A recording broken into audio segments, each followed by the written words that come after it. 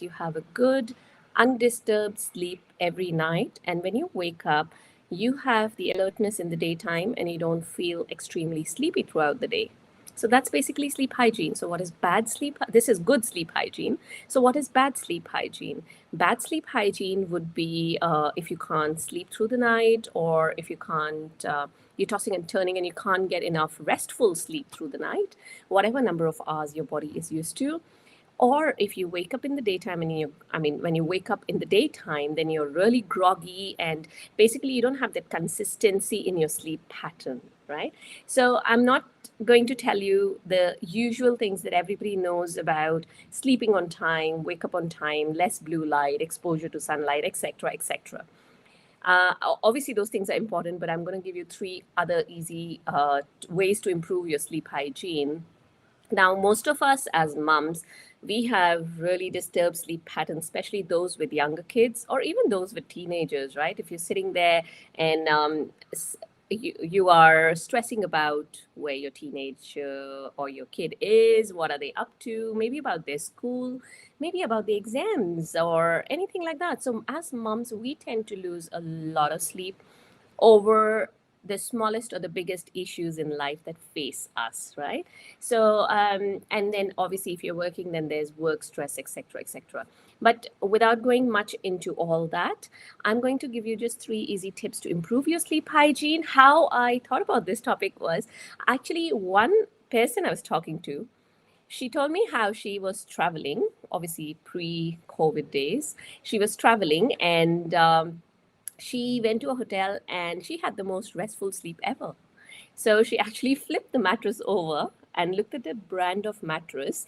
And she came home and she bought exactly the same mattress. And she said that has made a world of difference for her sleep. Now, we had met because of, I was looking at her neck and giving her some postural advice, etc. But I realized that there are so many other things that matter, not just the posture of your neck, right? So that is why I thought about this topic. So, without delaying further, let me go into the three easy tips for improving your sleep hygiene.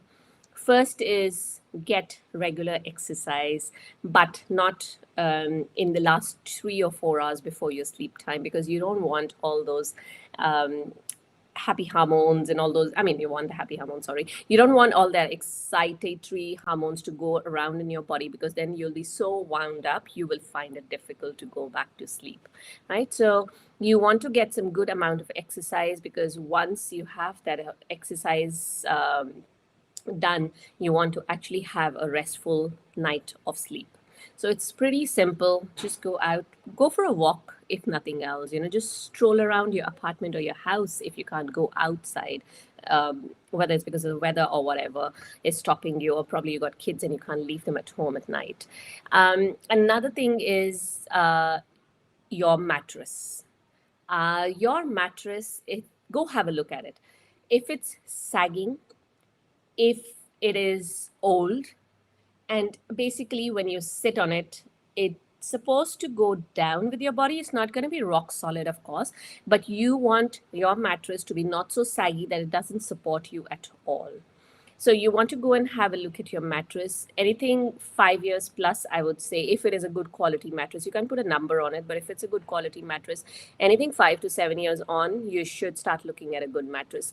Also, while you have your mattress old on you, try and shift it around. So basically, probably once a month or 2 months, you want to shift the head end to the foot end and then the other way around, right? Most of us have been doing that as moms, but in case you haven't been doing it.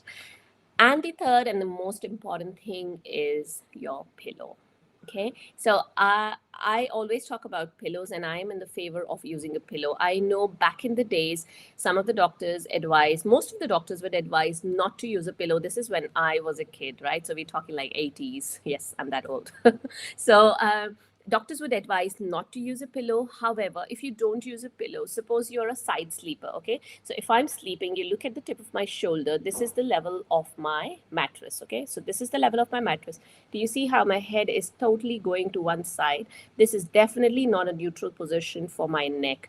Your joints are the happiest, healthiest, and in the most restful state at night, right? That's why you sleep, because your body has to rest and rejuvenate. So your joints are at the most restful state, in the most neutral, uh, when they are in the most neutral position.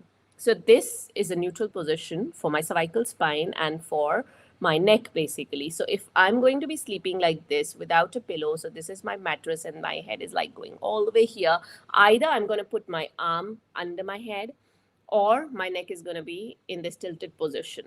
Now, you don't want that. So use a pillow. Okay, let me give you another tip here. If you are a side sleeper, the height of your pillow should be from the tip of your ear to the tip of your shoulder here. So for me, it'll be this thick.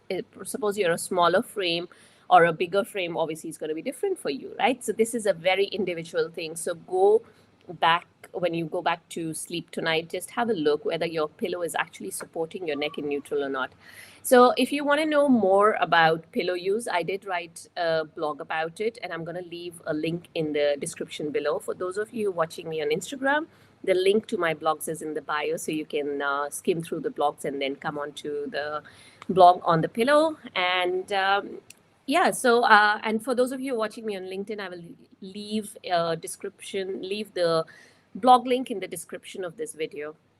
So the three tips were basically getting some exercise, but definitely not within the 3 to 4 hours window before you go off to sleep. The second is have a look at your mattress. So if your mattress is not good, obviously you're not going to get a good restful night of sleep. And the third thing is to look at your pillow. Is it the proper height? And obviously, you don't want it, again, you don't want it very saggy. Otherwise, you're not going to have that sort of support that you need. All right. So that was it for today. So I hope you find this helpful. And if you have any questions, do feel free to contact me and I'll be happy to help you. All right.